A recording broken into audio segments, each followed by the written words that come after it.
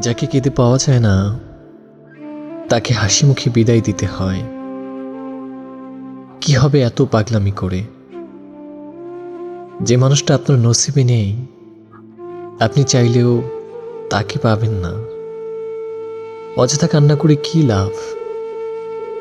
যে মানুষটা আপনাকে ভালোবাসবে তাকে বলতে হবে না তুমি থেকে যাও, তাকে বলতে হবে না আমাকে একটু ভালোবাসো। সে ঠিকই থেকে যাবে, যেমন করে বৃক্ষ আঁকড়ে থাকে মাটির বুকে।